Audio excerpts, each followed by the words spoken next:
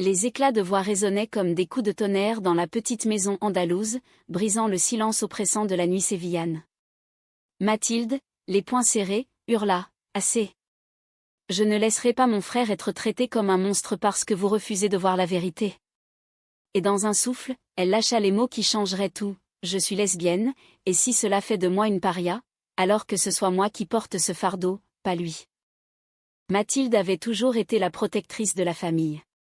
Née à Paris d'une mère française et d'un père espagnol, elle avait suivi ses parents à Séville à l'âge de 10 ans, emportant avec elle les souvenirs d'une enfance libre et bohème. À 32 ans, elle était devenue une professeure de littérature française à l'université locale, où son accent parisien charmant et son esprit vif attiraient les étudiants comme des papillons vers la lumière. Mais derrière cette façade assurée se cachait un secret qu'elle gardait précieusement, son amour pour Pauline. Pauline, de 2 ans sa cadette, était une artiste peintre originaire de Madrid, installée à Séville pour capturer les couleurs vibrantes de l'Andalousie. Elle s'était rencontrée par hasard lors d'une exposition d'art dans les ruelles étroites du barrio Santa Cruz. Mathilde, venue seule pour échapper à la routine familiale, avait été captivée par un tableau représentant une femme solitaire face à la mer, les vagues symbolisant un tumulte intérieur. « C'est comme si vous aviez peint mon âme », avait-elle murmuré à Pauline, qui avait ri doucement, ses yeux noirs pétillant d'une curiosité immédiate. Leur relation avait fleuri en secret, comme une rose dans un jardin caché. Des promenades nocturnes le long du Guadalquivir, des baisers volés sous les arches du pont de Triana, des nuits entières à discuter de littérature et de philosophie Zola, Beauvoir, et les poètes espagnols comme Lorca. Mathilde se sentait vivante comme jamais, mais la peur la rongeait. Sa famille, profondément ancrée dans les traditions catholiques espagnoles, ne tolérerait pas une telle déviance. Son père, un artisan fier, et sa mère, une femme pieuse, voyaient l'homosexualité comme un péché impardonnable. Et puis il y avait son petit frère, Antoine, 16 ans, un adolescent sensible et introverti qui luttait contre ses propres démons. Depuis des mois, il subissait les moqueries à l'école, pédé, efféminé, des mots cruels qui le poussaient au bord du désespoir. Mathilde l'avait surpris un soir en larmes, un couteau à la main, prêt à en finir.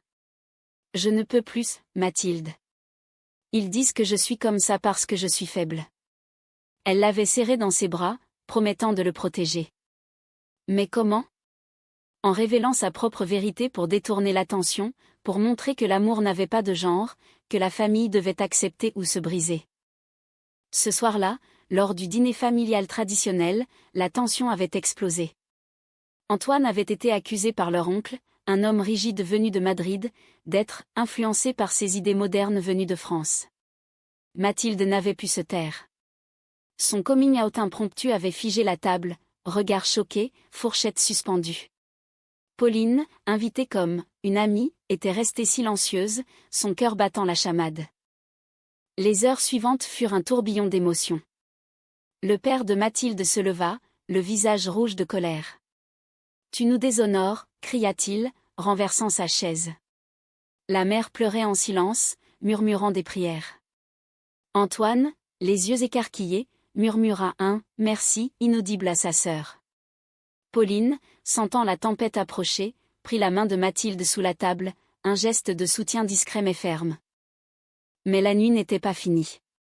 Tandis que la famille se dispersait dans un silence pesant, Mathilde et Pauline se réfugièrent dans la chambre de Mathilde, une petite pièce aux murs blanchis à la chaux, ornée de livres et de toiles inachevées. « Tu n'aurais pas dû faire ça pour moi », murmura Pauline, embrassant tendrement le front de Mathilde. « C'était pour Antoine, mais aussi pour nous. Je ne veux plus me cacher. » Elles passèrent la nuit à parler, à se remémorer leurs premiers moments. Pauline raconta son propre coming out à Madrid, rejetée par sa famille conservatrice, forcée de partir pour Séville. « J'ai perdu mes parents, mais j'ai gagné ma liberté. Et maintenant, toi. » Mathilde, les larmes aux yeux, avoua ses peurs, « Et si je perds tout ? Ma famille, mon travail. » Pauline la serra contre elle, leur corps s'entremêlant dans une étreinte passionnée, un mélange de peur et de désir. Au petit matin, un coup à la porte les réveilla. C'était Antoine, le visage pâle. « Papa veut te parler. Il est furieux. » Mathilde descendit, le cœur lourd. Son père l'attendait dans le patio, sous les orangers en fleurs. Tu dois choisir, Mathilde. Cette vie, ou ta famille. Les mots étaient durs, comme des lames. Elle refusa de choisir, arguant que l'amour était universel, que la Bible elle-même prônait la compassion. Mais il secoua la tête. Pas sous mon toit. Pauline, entendant la dispute, descendit pour soutenir Mathilde. Sonore, je l'aime. Nous nous aimons. Le père explosa, sortez. Toutes les deux. Antoine, terrifié, tenta d'intervenir, papa, s'il te plaît. Mais c'était trop tard. Mathilde et Pauline furent chassées, valises à la main, dans les rues encore sombres de Séville. Elles marchèrent sans but, main dans la main, jusqu'à l'Alcazar, où les jardins offraient un refuge temporaire. Assise sur un banc, Pauline murmura, « Nous reconstruirons. Ensemble. » Mathilde hocha la tête, mais au fond d'elle, une fissure s'ouvrait. Était-ce le début de la fin? Les jours suivants furent un mélange de liberté et de chaos. Mathilde et Pauline trouvèrent refuge dans le petit appartement de Pauline, un loft perché au-dessus d'une galerie d'art dans le quartier d'Alhambra. Les murs étaient couverts de toiles, des abstractions de rouge et d'orange évoquant les couchers de soleil andalous, des portraits sensibles de femmes fortes, inspirés par Mathilde elle-même. « Tu es ma muse », disait Pauline en peignant, ses doigts tachés de peinture effleurant la peau de Mathilde. Mais la réalité les rattrapait. Mathilde perdit son poste à l'université, un collègue conservateur avait répandu la rumeur, et le directeur, craignant un scandale, l'avait licencié poliment. « C'est pour le bien de l'institution », avait-il dit. Antoine, coincé à la maison, envoyait des messages secrets, « Je t'aime, sœur. Je viendrai te voir bientôt. » Sa mère appelait parfois, en larmes, suppliant Mathilde de « revenir à la raison ». Pauline, pour subvenir à leurs besoins, vendit plus de tableaux, organisant des expositions improvisées. Une soir, lors d'un vernissage, une galeriste française, venue de Paris, remarqua son talent. « Vous avez l'âme d'une Colette moderne », dit-elle à Pauline, offrant une opportunité d'exposition à la capitale. Mathilde encouragea Pauline, « Vas-y.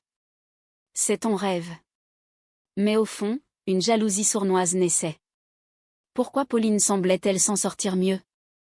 La relation s'approfondit pourtant. Leur nuit était emplie de passion, de discussions sur l'identité, l'amour, la société. Mathilde lisait à voix haute des passages de Simone de Beauvoir, « On ne naît pas femme, on le devient ». Pauline répondait par des croquis, capturant l'essence de leur lien. Elles exploraient Séville ensemble, visitant la cathédrale Giralda au lever du soleil, où Mathilde murmurait, « Même ici, dans ce lieu sacré, notre amour est pur. » Mais les fissures grandissaient. Un soir, Antoine fugua pour les rejoindre. « Je ne peux plus rester là-bas.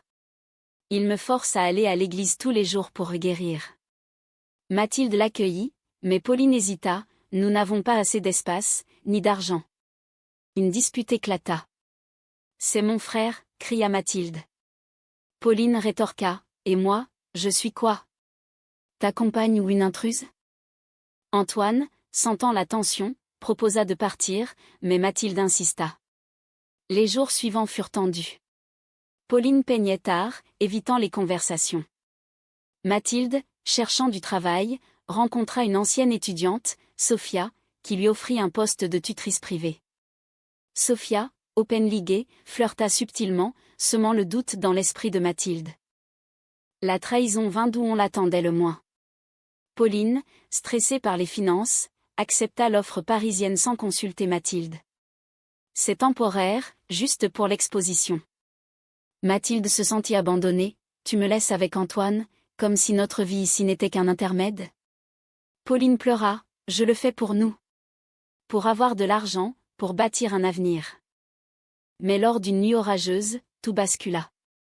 Antoine, en pleurs, avoua avoir volé de l'argent à leur père pour les aider. La police frappa à la porte, le père avait porté plainte. Dans la confusion, Pauline, paniquée, appela sa propre famille à Madrid pour de l'aide. « Ils peuvent nous prêter de l'argent », dit-elle. Mais en parlant, elle minimisa leur relation, Mathilde est juste une amie. Mathilde, entendant cela, sentit son monde s'effondrer. Une amie? Après tout ça? Pauline balbutia, c'était pour les convaincre. Mais le mal était fait. Mathilde, furieuse, partit avec Antoine, laissant Pauline seule dans l'appartement. Elles se réconcilièrent partiellement le lendemain, mais la confiance était brisée. Mathilde emmena Antoine chez Sophia, qui offrit un abri temporaire. Pauline, rongée par la culpabilité, peignit un tableau déchirant, deux femmes séparées par un abîme, symbolisant leur amour fracturé. Les semaines passèrent dans un tourbillon émotionnel. Mathilde et Pauline se voyaient en secret, leur rencontre chargée de passion et de regrets. « Je t'aime, mais je ne sais plus si je peux te faire confiance », avouait Mathilde. Pauline répondait, « Laisse-moi me racheter ». Le Haut-Trao approchait. Lors d'une fête andalouse, la feria de Abril, Mathilde et Pauline se retrouvèrent par hasard. Vêtues de robes flamenco, elles dansèrent sous les lumières, leur corps se frôlant, rappelant leur début. Mais un appel du père de Mathilde interrompit tout, Antoine est à l'hôpital. Il a tenté de. La nouvelle frappa comme un coup de poignard. Antoine avait tenté de se suicider, avalant des pilules après une dispute avec leur père. Mathilde et Pauline se précipitèrent à l'hôpital Virgen del Roscio, leurs mains entrelacées dans la voiture, la peur unissant ce que la trahison avait séparé. « S'il lui arrive quelque chose, je ne me le pardonnerai jamais », murmura Mathilde, les larmes coulant sur ses joues. À l'hôpital, l'atmosphère était lourde, imprégnée d'odeurs d'antiseptiques et de désespoir.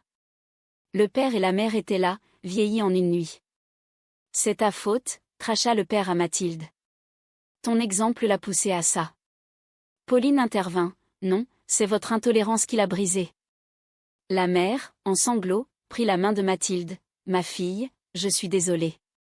J'ai prié pour toi. » Antoine survécut, mais les médecins parlèrent de dépression profonde. Dans sa chambre, il serra la main de Mathilde, « Je voulais juste être moi-même, comme toi. » Ces mots ravivèrent la détermination de Mathilde. Elle confronta ses parents, « Si vous voulez perdre vos deux enfants, continuez comme ça. Mais l'amour n'est pas un choix. C'est ce qui nous rend humains. » Pauline, à ses côtés, ajouta, « Nous sommes une famille, que vous l'acceptiez ou non. » Lentement, la mère hocha la tête, « Peut-être ai-je eu tort. » Le père, stoïque, partit sans un mot, mais une graine de changement était plantée. Les jours suivants furent dédiés à la guérison. Mathilde et Pauline veillèrent sur Antoine, transformant l'appartement de Pauline en un havre de paix. Elles organisèrent des soirées lecture, où Mathilde lisait des histoires d'amour queer, inspirées par des auteurs comme Violette Leduc ou Monique Wittig. Pauline peignait des portraits familiaux idéalisés, incluant tous. Mais la trahison lingeait. Une nuit, Mathilde confronta Pauline, « Pourquoi as-tu nié notre amour au téléphone ?» Pauline avoua, « J'avais peur. Ma famille m'a rejeté une fois, je ne voulais pas revivre ça.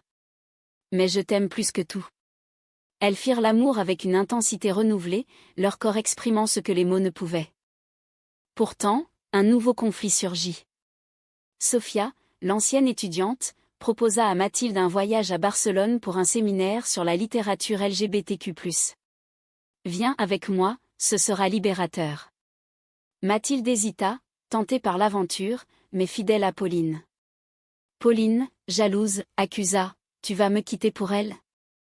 Mathilde nia, mais la graine du doute grandit. Le climax arriva lors d'une confrontation explosive. Pauline, fouillant dans le téléphone de Mathilde, trouva des messages ambigus de Sophia. « Traîtresse » hurla-t-elle, jetant un vase qui se brisa en mille éclats. Mathilde, blessée, rétorqua, « Et toi, qui m'as nié ? Nous sommes quittes. » Antoine, témoin, pleura, « Arrêtez, vous êtes tout ce que j'ai. » Dans la foulée, Pauline partit pour Paris, acceptant l'exposition. « J'ai besoin d'espace », dit-elle en larmes. Mathilde, dévastée, resta avec Antoine, qui progressait grâce à une thérapie. Elle trouva un nouveau travail comme traductrice, traduisant des romans français en espagnol, canalisant sa douleur en art. Les mois passèrent. Séville changea avec les saisons, l'été brûlant céda à un automne doux. Mathilde reçut des cartes postales de Pauline, « Paris est belle, mais sans toi, c'est vide. » Antoine, plus fort, coming out à lui-même, soutenu par leur mère qui avait évolué. Un soir, lors d'une lecture publique, Mathilde parla de son histoire, inspirant d'autres. L'amour triomphe des ombres, dit-elle, citant Rimbaud. À la fin, une silhouette familière apparut, Pauline, de retour, un tableau sous le bras, leurs portraits réunis. Je suis revenue pour toi, murmura Pauline. Mathilde, émue, l'embrassa devant tous, un acte de courage. Mais le père, informé, envoya une lettre. Je ne peux pas accepter. Adieu. La perte était profonde, mais la résilience grandit. Mathilde et Pauline reconstruisirent, adoptant Antoine comme leur protégé. Elles voyagèrent en France, visitant Paris, où Pauline exposa, et Mathilde enseigna. Pourtant, la nuit de la perte hantait, celle où tout avait basculé. Mais de cette perte naquit une force nouvelle, un amour plus profond, teinté de humanité. Le retour de Pauline marqua un nouveau chapitre. Elles louèrent une maisonnette à la périphérie de Séville, avec un jardin où Antoine planta des fleurs symbolisant la Renaissance. La mère visita souvent, apportant des plats traditionnels, apprenant à accepter. J'ai lu tes livres, Mathilde. Beauvoir m'a ouvert les yeux. Le père, distant, envoya de l'argent anonymement, un geste muet de rédemption. Leur amour évolua en une union profonde, mêlant romance et engagement. Pauline organisa une exposition thématique, Amours andalouses, où chaque toile racontait leur histoire. Mathilde écrivit un roman autobiographique, Ombre et lumière de Séville, publié en France et en Espagne, touchant des cœurs. Les conflits persistèrent, mais atténués. Une manifestation pour les droits LGBTQ+ à Madrid les unit, Mathilde porta une bannière, Pauline peignit des slogans. Antoine, maintenant 17 ans, marcha fièrement, son premier petit ami à ses côtés. Une trahison mineure testa leur lien, Pauline reçut une offre d'une admiratrice riche à Paris, incluant des avances. Elle refusa, mais Mathilde l'apprit par hasard. « Pourquoi ne m'as-tu rien dit ?» Pauline répondit, « Parce que ça n'avait pas d'importance. Toi seul compte. » Elles surmontèrent, renforcées. Le point culminant émotionnel vint lors d'un voyage en France. À Paris, sur la Seine, Pauline demanda Mathilde en mariage, « Veux-tu être mienne, pour toujours ?» Mathilde, larmes aux yeux, accepta. Elles se marièrent dans une petite chapelle provençale, entourée d'amis et de la mère. Antoine fut le témoin, le père absent mais envoyé une carte, « Soyez heureuse ». La vie s'écoula avec des hauts et des bas. Mathilde reprit les saignements, promouvant la diversité. Pauline devint une artiste reconnue, leurs œuvres fusionnant en collaboration. Antoine partit étudier à Barcelone, libre et aimé. Mais la nuit fatidique restait un rappel, la perte de l'innocence, de la famille unie. Pourtant, elle avait forgé une humanité plus grande. Mathilde écrivait, « Dans la douleur, nous trouvons la vérité. L'amour n'est pas parfait, mais il est réel. » Des années plus tard, assises sur une terrasse sévillane, Mathilde et Pauline regardaient le coucher du soleil. « Nous avons tout perdu cette nuit-là, » murmura Mathilde. Pauline sourit, « Non, nous avons gagné nous-mêmes. » Leur histoire, empreinte de drame, d'émotion, de romance et d'humanité, inspirait d'autres. Dans un monde imparfait, leur amour brillait comme un phare, rappelant que la vulnérabilité mène à la force, et que même dans la perte, l'espoir persiste.